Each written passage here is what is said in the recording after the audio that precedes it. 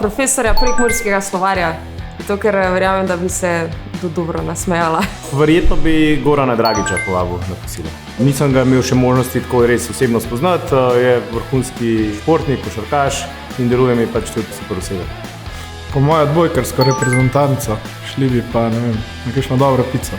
Zapela bi mogoče s tem profesorjem prekmurskega slovarja, zato ker po mojem bi mu šlo to dobro pet, pa mi lahko kaj pomagal. Ja, zdaj vprašanje, kdo od naštetih bi bil back vokal, ker res kar dobro pojem.